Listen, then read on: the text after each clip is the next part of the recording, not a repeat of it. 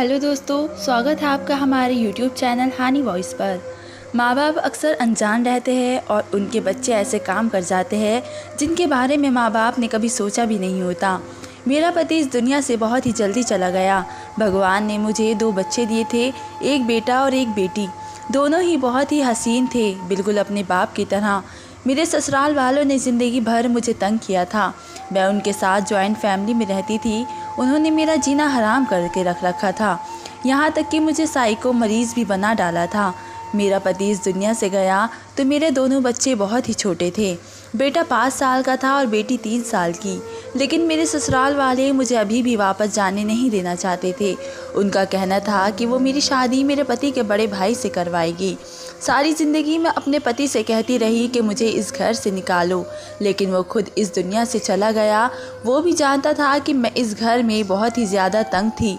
मैं तो ये सोच भी नहीं सकती थी कि मैं इसी घर में रह जाऊंगी। बेशक वो फिर से मेरी शादी करवाते, तब भी नहीं। मेरा जेठ एक अच्छा इंसान था। उसकी पत्नी भी इस दुनिया में नहीं थी और उसके बच्चे भी नहीं थे। अगर मेरी शादी उससे हो जाती तो शायद वो मेरे बच्चों का बाप बनकर उनको पालता और मुझे भी एक मर्द का सहारा मिल जाता। लेकिन मैं इस घर में रहना नहीं चाहती थी। मुझे अपने जेठ से कोई मसला नहीं था, वे बुरा आदमी नहीं था। लेकिन इस घर से निकलने के लिए मैं दिन रात तड़पती रही, अपने पति से झगड़े करती रही। यहाँ तक कि आखिरी बार जब हमारी लड़ाई हुई थी तो वे भी इसी बात पर कि इस घर से कब निकलेंगे, क्योंकि वे बार बार कहता था कि मैं तुम्हें यहाँ पर सारी ज़िंदगी नहीं रखूँगा। उसने मुझसे वादा किया था, पर वे वादा निभाए बिना ही इस दुनिया से चला गया। अब मुझे फिर से जीने का सहारा मिल रहा था, लेकिन इसी घर में रहकर सहारा तो क्या, अगर मुझे दुनिया भर के पैसे भी मिल जाते मैं तब भी यहाँ नहीं रहती। मेरे पति के देहांत के बाद कुछ महीने में अपने ससुराल में रही कि फ़ौरन से निकल जाना अजीब लगता है। वे लोग कहते कि भी पति को गए हुए 2 हफ्ते नहीं हुए और ये जा रही है। लेकिन जब कुछ वक्त गुजर गया तो मैं वहाँ से जाने की तैयारी करने लगी कि अचानक मेरा जेठ कमरे में आया और उसने कहा कि ये लोग तुम्हें जाने नहीं देंगे, क्योंकि इन लोगों ने तुम्हारे साथ ज़िद बना ली है। मेरी माँ बहुत ज़िद्दी औरत है, मैं तुम्हारी मदद करता हूँ यहाँ से निकलने में। मैंने कहा, तुम भी तो इसी ख़ानदान के हो, तो फिर मेरी मदद क्यों करोगे? उसका कहना था कि मैं अपने भाई से बहुत मोहब्बत करता था, उसके इस दुनिया से जाने की उम्र नहीं थी। तुम और तुम्हारे बच्चे मेरे भाई की निशानी हैं। मैं तुम दोनों की मदद ज़रूर करूँगा। मैं अपने जेठ की मदद से इस घर से निकल गई, लेकिन मैंने सुना था कि मेरी सास ने सारे ख़ानदान में मुझे बद किरदार साबित कर दिया था। यहाँ तक भी कहा था कि जब ये मेरे बेटे के साथ थी तो ये उसके साथ बहुत ही बदतमीज़ी करती थी। मेरा बेटा इसकी वजह से इस दुनिया से गया है। उसने खुदकुशी की है। उसने यहाँ तक भी कहा था कि ये मेरे बड़े बेटे से शादी नहीं करना चाहती थी, क्योंकि उसने कोई लड़का पटा रखा है और ये घर से भाग गई है। मैंने अपने पति से मोहब्बत की शादी की थी और इस मोहब्बत की शादी ने मुझे खुद बदनामी और रुसवाई के सिवा कुछ नहीं मिला था। मैं एक मानसिक रोगी बन गई थी और अपनी औलाद पर बहुत ही ज़्यादा सख्ती करने लगी। इस बात को 15 साल गुजर गए। आज मेरी बेटी 18 साल की और मेरा बेटा 20 साल का हो गया। हम लोग एक छोटे से घर में रहते हैं। मेरी बेटी घर में बच्चों को ट्यूशन पढ़ाती है और मेरा बेटा एक कॉल सेंटर में काम करता है। मैं भी घर में कपड़े सीती हूँ और आम लोग हैं। हम लोग आम लोग हैं और हमारा गुजारा आराम से हो रहा है। पुराने दिनों को याद करके अक्सर मेरा ब्लड प्रेशर बढ़ जाता है, लेकिन फिर मैं खुद पर काबू पा लेती हूँ। औरत को जब उसकी मर्ज़ी के बिना कई माहौल में रखा जाता है तो वे पागल नहीं होती तो और क्या होती है। और जब मुझे लगने लगा कि जब वहाँ से निकल जाए तो मेरा पति ही इस दुनिया से चला गया, उसके बिना मैंने जो साल गुजारे थे आसानी से नहीं गुजरे थे। ऐसा लगता था कि ज़िंदगी ज़ीरो से शुरू हुई थी। 15 साल लग गए फिर से अपने पैरों पर खड़ा होने के लिए। मेरा नाम शीलम है और मेरी बेटी का नाम किरण है और मेरे बेटे का नाम आनंद है। किरण और आनंद में बहुत ही ज़्यादा मोहब्बत थी। बचपन से ही उन दोनों में अपने रिश्तेदारों नहीं देखे थे। मेरा तो इस दुनिया में कोई था ही नहीं और उसके बाप के ख़ानदान वाले तो वैसे ही बहुत ही जालिम थे। जब मैं इन दोनों को इस घर से लेकर निकली, उसके बाद हमने इन 15 सालों में अकेले ही रहे थे। मैं मोहल्ले में भी किसी से ज़्यादा आना जाना नहीं रखती थी, ना इन्हें बाहर खेलने जाने देती थी। मुझे सब कहते थे कि ऐसा करोगी तो तुम्हारे बच्चे भी साइको हो जाएंगे। मेरा कहना था कि ये दुनिया बहुत बुरी है, यहाँ मोहब्बत के नाम पर धोखे दिए जाते हैं। मेरे बच्चे जब तक मेरी आंखों के सामने रहेंगे तो तसल्ली होगी कि वे सुरक्षित है। अपने बच्चों को ज़माने से छुपाकर सबसे दूर रखने का फ़ायदा ये हुआ कि वे एक दूसरे के बहुत ही करीब आ गए। अब वही एक दूसरे के साथ खेलते, बातें करते, और ये सबसे अच्छी बात थी क्योंकि एक भाई ही बहन का सबसे अच्छा रक्षक होता है और बहन अपने भाई की सबसे अच्छी दोस्त होती है। उनको ये बात समझ आ गई कि दोस्तों की ज़रूरत ही नहीं है। भाई बहन जब एक दूसरे को दोस्त बन जाए तो फिर किसी और दोस्त की क्या ज़रूरत है। इसलिए वे भी आपस में बहुत ही अच्छे दोस्त बन गए। दोनों शुरू से ही एक ही स्कूल में गए और एक ही कॉलेज में पढ़ते थे। अब उनकी पढ़ाई पूरी होने वाली थी। मुझे इन दोनों का प्यार देखकर बहुत ही खुशी होती थी, लेकिन फिर कुछ अजीब होने लगा। इतना अजीब कि मैं हैरान और परेशान रह गई। मेरे बेटे की आदत थी कि रात को सोने से पहले दूध का एक गिलास पिया करता था, नहीं तो उसको नींद नहीं आती थी। लेकिन वो ज़िद करता था कि मैं दूध का गिलास सिर्फ अपनी बहन के हाथ से ही पीऊँगा। मैंने उसे कहा कि वो सो गई है, तुम ये दूध का गिलास पी लो और सो जाओ। लेकिन उसका कहना था कि उसे बुलाओ, उसी के हाथ से दूध का गिलास पीना है। मुझे उसकी इस बात पर बहुत ही गुस्सा आता था। मैंने कहा, ये क्या हरकत है, छोटे बच्चों की तरह ज़िद लगा रखी है।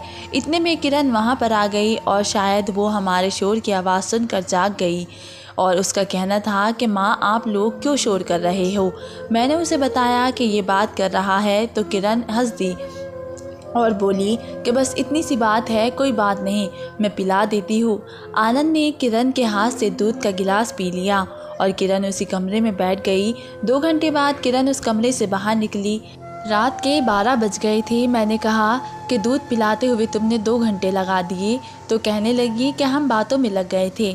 मैंने उसे डांटा कि बातें करने में वक्त ज़ाया मत करो, सुबह जल्दी उठना होता है, रात को जल्दी सोया करो। मैं हैरान हुई कि आनंद ने अचानक से क्या ज़िद पकड़ ली थी कि अपनी बहन के हाथ से दूध पीना है। खैर, ये बात एक दिन तो हो गई, लेकिन ये एक दिन की बात नहीं थी।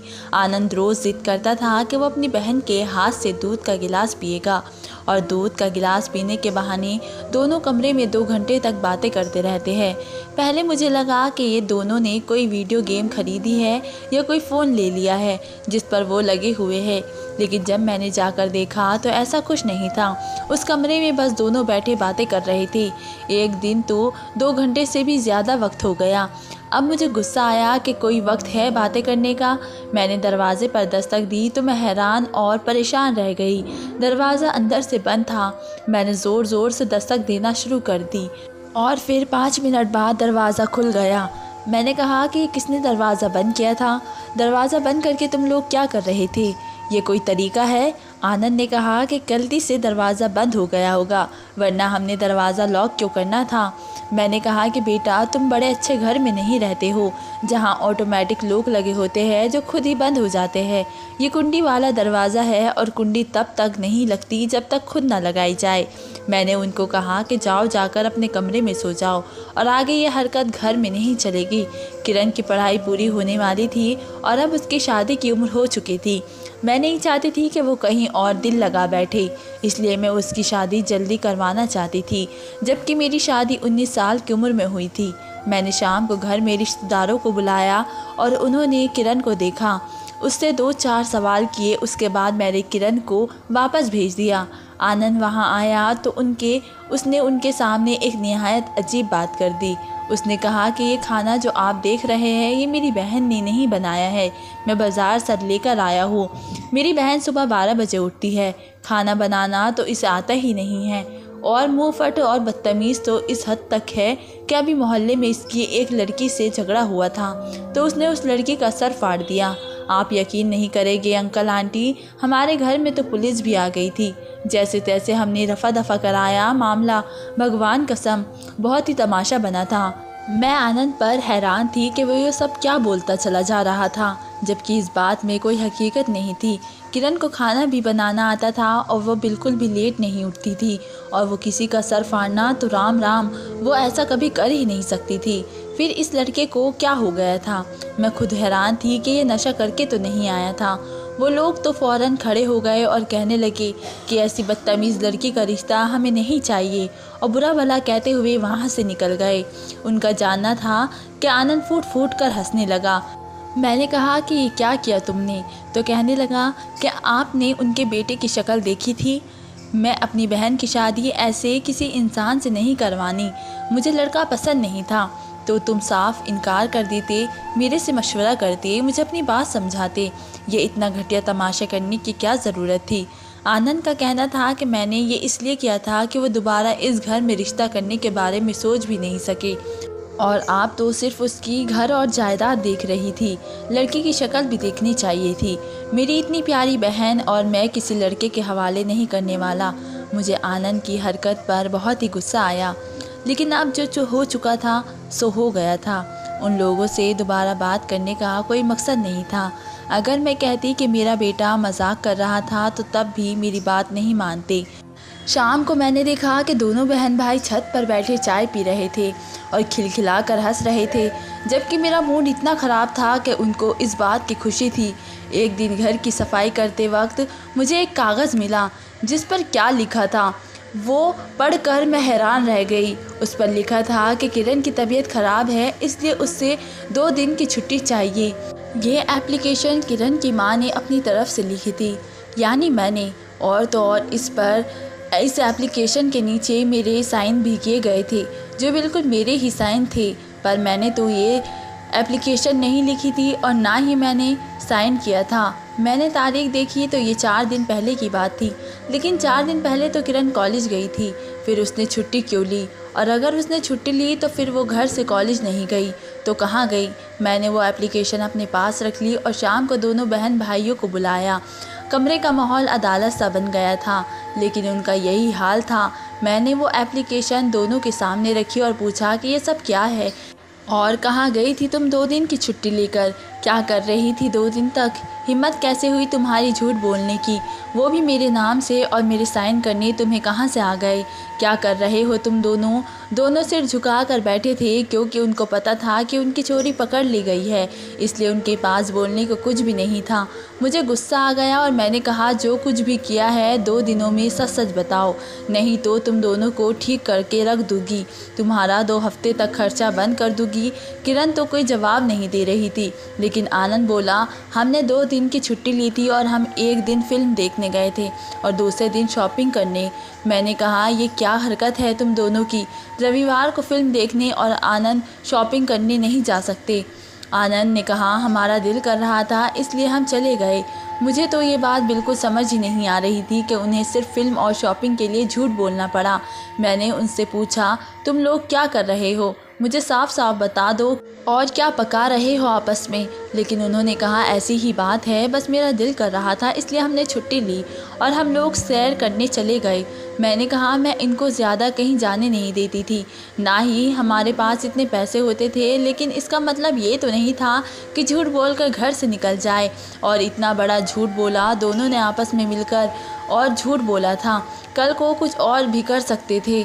इन्हें पता चल गया था कि हम एक साथ मिलकर कुछ भी कर सकते हैं, तो फिर ये तो कल को धोखा भी देते, चोरी भी करते।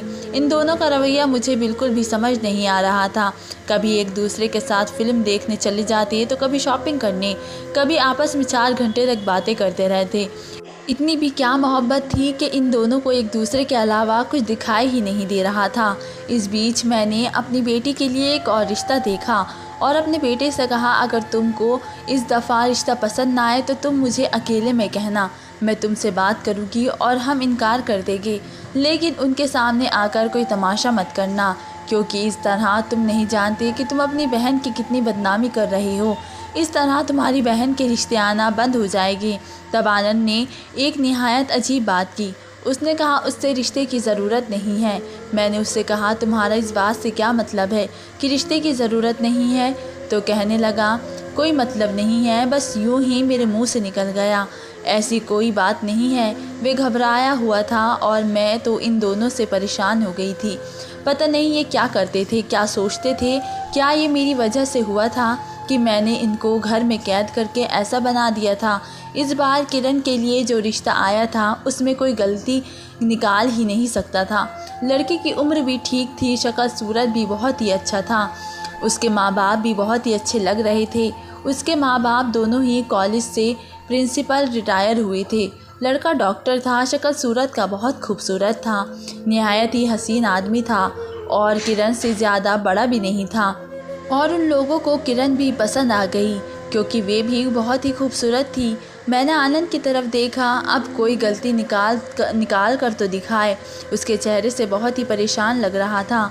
उन्होंने कहा, हमें तो आपकी बेटी बहुत ही पसंद आ गई है और हम जल्दी से जल्दी सगाई की रस्म करना चाहते हैं। विदाई आपकी बेटी के पेपर्स के बाद करवा लेंगे। मुझे उनकी ये बात बहुत पसंद आई। उन्होंने कहा, आप रविवार वाले दिन हमारे घर आ जाइए और हमारा घर देख लीजिए। बाकी बातें वहाँ बैठकर करेंगे और शादी की तारीख भी फाइनल कर लेंगे। मुझे ये बात बहुत ही पसंद आई कि उन्होंने हमें अपने घर आने का भी कहा था। मैंने कहा, ठीक है, रविवार को हम आ जाएंगे। जब वे लोग गए तो साथ ही आनंद ने कहा, हम रिश्ता यहाँ नहीं करेंगे। मैंने उसे हैरानी से देखा और जैसे वे किसी और दुनिया की बातें कर रहा था। मैंने कहा, क्यों नहीं करेंगे? क्या खराबी है रिश्तों में? ऐसे रिश्ते तो नसीब वालों को मिलते हैं। शुक्र करो कि तुम्हारी बहन के नसीब जाग उठे हैं। मैं तो उसका रिश्ता इसी घर में करूँगी, वे भी जल्दी से जल्दी। कहीं ऐसा ना हो कि हाथ से निकल जाए। वे लोग अमीर और पढ़े लिखे लोग थे, साथ ही खुले दिमाग के भी थे।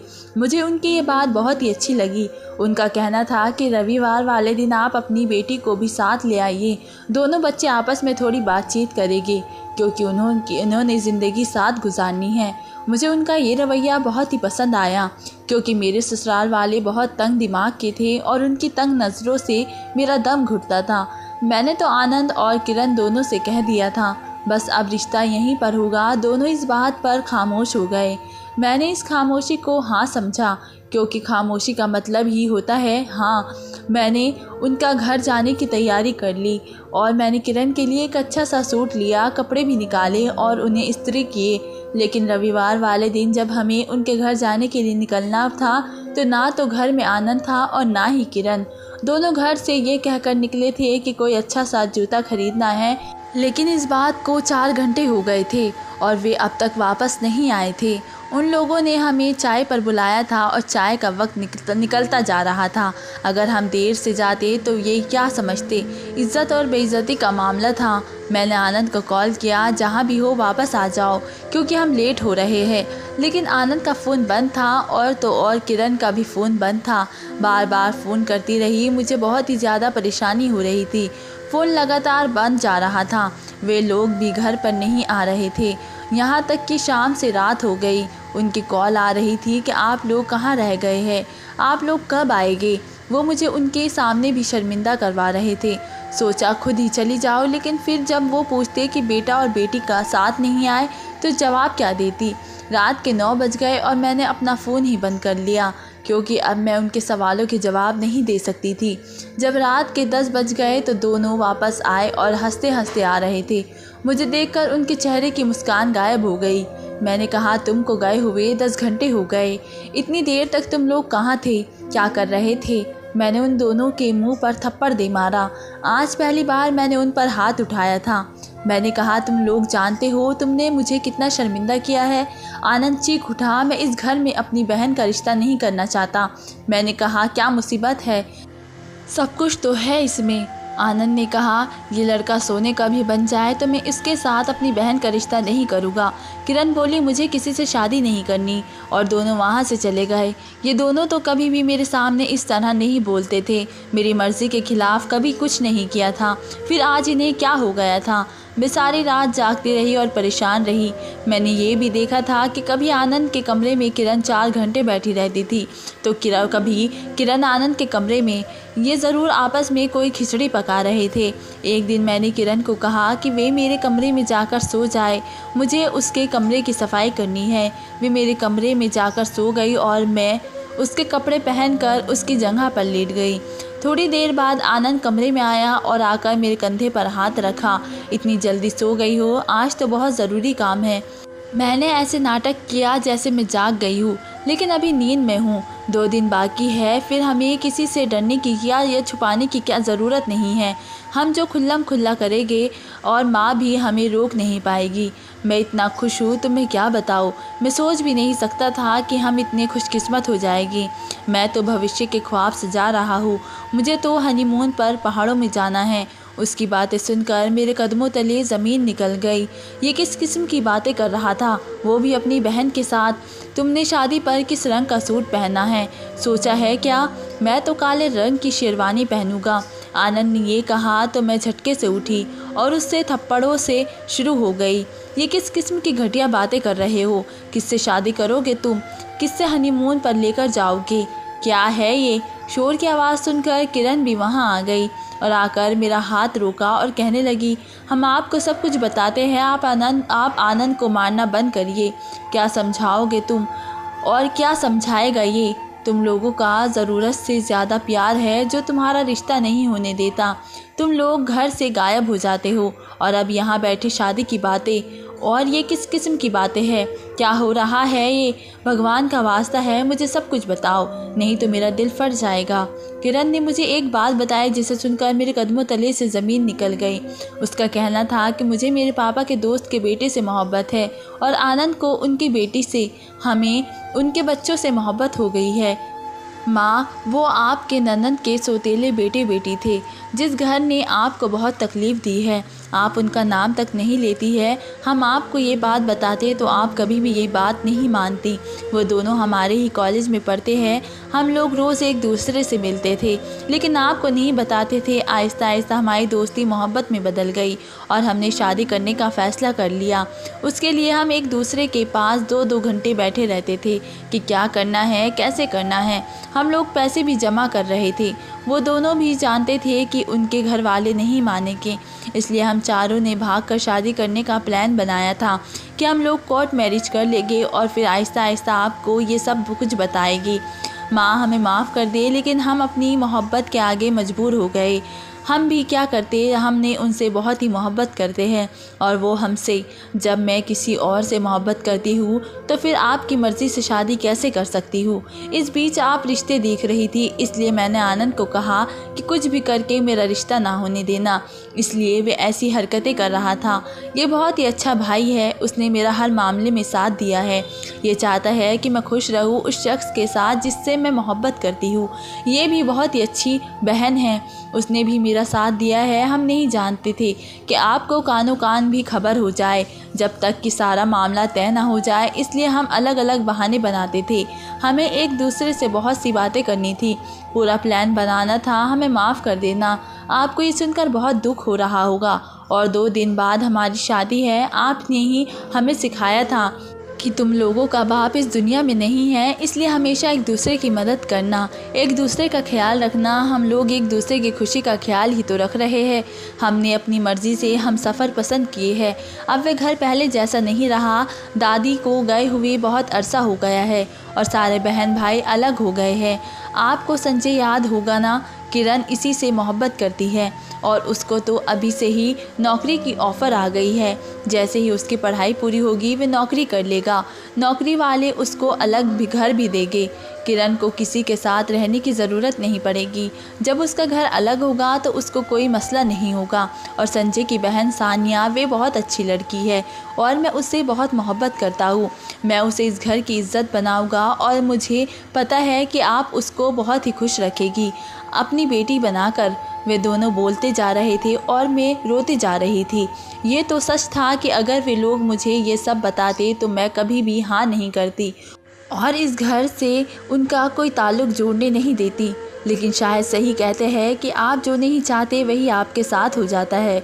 मैं उन्हें इस घर और इस घर के लोगों से बहुत दूर रखना चाहती थी, लेकिन ये इसी घर से नाता जोड़ना चाहते थे। उनका मोहब्बत हुई थी तो इसी घर के बच्चों से हुई। मैं एक तरफ अपना सर पकड़ कर बैठ गई क्योंकि मुझे समझ नहीं आ रहा था कि मैं क्या फ़ैसला करूं। वे दोनों मेरे कदमों में बैठ गए। उनकी आंखों से आंसू थे और उन्होंने मुझे मेरे पैरों को पकड़ लिया और कहा, भगवान के लिए मान जाओ, हमारी खुशी में शामिल हो जाओ। उन दोनों के बिना खुश नहीं रह सकते।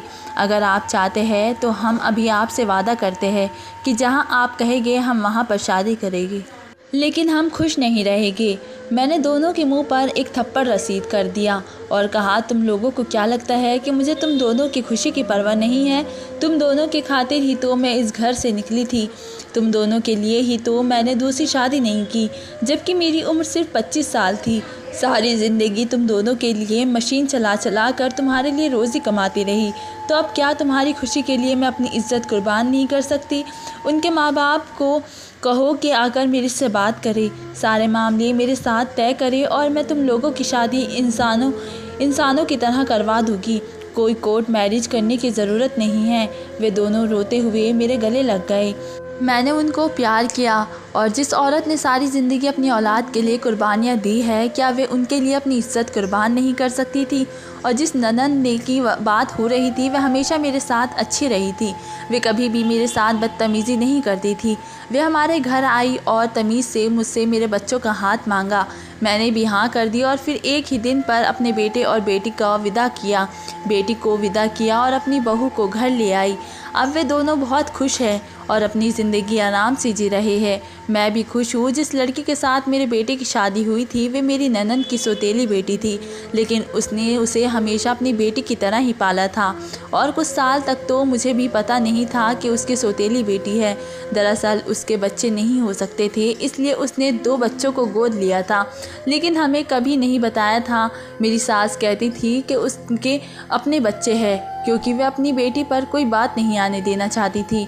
पर अब तो मेरी सास भी इस दुनिया से जा चुकी थी और वही औरत सारी चीज़ों की जड़ थी। उसी ने सबको एक दूसरे के खिलाफ भड़काया हुआ था। अब वे घर मेरी बहू का मायका और मेरे बेटे का ससुराल बन चुका था, इसलिए मुझे उन लोगों से कोई मसला नहीं था। और जब मैं वहाँ पर गई तो उन लोगों ने मेरी बहुत ही इज्जत की। मेरे साथ ऐसे पेश आए जैसे हमेशा से ही मुझसे मोहब्बत करते थे और मुझसे दूर होकर बड़े परेशान थे। मैंने अपने जेठ को भी देखा था, जिसने इस घर से निकालने में मेरी मदद की थी, और इस बेचारे की भी आज तक शादी नहीं हुई थी। जब हमारे बच्चों की शादी को 2-3 महीने गुजर गए तो ये बात सामने आई कि मेरी शादी मेरे जेठ के साथ करवा दी जाए और अब मुझे शादी कर लेनी चाहिए, क्योंकि मैं बहुत ही कम उम्र थी जब मेरा पति इस दुनिया से गया और 15 साल गुजर जाने के बाद भी अभी मेरी उम्र 40 साल भी नहीं हुई थी। मेरा जेठ भी अकेला रहकर परेशान हो गया था। बीमार होता तो कोई उसका ख्याल रखने वाला नहीं था। सब घर वालों ने कहा कि अब तुम्हें शादी कर लेनी चाहिए। लोग इस बात पर भी बातें कर रहे थे तो 15 साल पहले कर लेती, लेकिन हर काम का एक वक्त होता है। कभी कभी भगवान ने ये पहले से ही लिखा होता है कि कौन सा काम किस वक्त पर होना है, हम उसमें दखल अंदाजी नहीं कर सकते। मैंने पहले भी बड़े आराम से इनकार किया था, लेकिन अब मेरे अंदर भी इनकार करने की हिम्मत नहीं थी। मेरे बच्चों की तो शादी हो गई और मैं फिर से अपनी सास की तरह अपने बेटे और बहू के सर पर सवार नहीं होना चाहती थी, इसलिए सोचा कि अपनी ज़िंदगी बना लेती हूँ। जवानी में शादी और बुढ़ापे में शादी करने के फ़ैसले में बड़ा फ़र्क होता है। जवानी में इंसान अपने बारे में सोचता है और अपने दिल और अपनी इच्छा के बारे में सोचता है, लेकिन जब वह बुढ़ापे में शादी करता है तो वह अपनी ज़रूरतों के बारे में सोचता है, अकेलेपन के बारे में सोचता है। मेरा जेठ बुरा आदमी तो नहीं था, उसकी वजह से ही तो आज मैंने अलग अलग ज़िंदगी बनाई थी। मैंने भी हाँ कह दी, वे तो पहले से ही तैयार था। हम दोनों की शादी हुई तो हमारी शादी पर हमारे बच्चों से भी ज़्यादा धूमधाम से शादी की गई। सब लोग बहुत खुश थे। परिवार के दूर दूर के जो रिश्तेदार थे वे बातें कर रहे थे, लेकिन मुझे कहा गया तो तुमने किसी की बात पर काम नहीं कर रखा, अपनी ज़िंदगी के बारे में सोचो। मैंने अपने जेठ नवीन से शादी कर ली और उसने कहा कि हम अलग से एक घर में रहेंगे। मैंने अपना घर अपनी बहू और बेटे के नाम कर दिया, जो मैंने बड़ी मुश्किल से बनाया था। वे सब कुछ मेरे बेटे का ही था। मेरी बेटी भी अपने घर में हो, इसलिए अब मैं और नवीन एक छोटे से फ्लैट में रहते हैं। मैं अपना काम करती हूँ, कपड़े सीती हूँ और वे भी जॉब पर जाता है। एक दूसरे के साथ अच्छे तरीके से रहते हैं। कभी कभी बच्चे मिलने आ जाते हैं तो घर में अच्छा सा खाना बना लेते हैं। पूरा दिन एक दूसरे के साथ अच्छा गुजर जाता है। कभी समुद्र के किनारे जाकर बैठ जाते हैं और सोचते हैं कि क्या पाया और क्या खोया, लेकिन ये है कि ज़िंदगी बड़ी खूबसूरत है। सब कुछ ठीक है, किसी चीज़ की कमी नहीं है। एक साथ रहते हैं, खुश रहते हैं। हमें कोई देखता है तो वे यही समझता है कि शायद हमारी शादी को 20 साल 25 साल हो गए, लेकिन हमारी शादी को अभी 4 महीने हुए हैं। लेकिन ये 4 महीने भी हमने एक दूसरे के साथ बड़े अच्छे तरीके से गुजारे हैं। वे कभी कभी अपनी पत्नी को याद करता है, यानी कि उसकी जो पहली पत्नी थी, और मैं भी अपने पति की बात कर लेती हूँ तो वे बुरा नहीं मानता और मुझे भी बुरा नहीं लगता जब वे अपनी पत्नी की कोई बात करता है। कभी बीमार होते हैं तो एक दूसरे का ख्याल तो कर लेते हैं, वरना तो ये सच है कि तन्हाई से बुरा कोई रोग नहीं होता। इंसान अकेला रह के बीमार हो जाता है, लेकिन अब हम दोनों को एक दूसरे का सहारा है और ज़िंदगी के जितने भी साल बाकी है वे एक साथ जीने हैं। अपने बेटे और बेटी की ज़िंदगी के साथ भी कुछ अच्छा ही कर दिया, और अपनी ज़िंदगी के साथ भी मुझे मानसिक रोग था, वे अकेलेपन का ही था, वे भी दूर हो गया और अब मैं खुश भी हूँ। आप लोगों को क्या लगता है कि मैंने जो बुढ़ापे में शादी करने का फ़ैसला किया कहीं बुरा तो नहीं किया?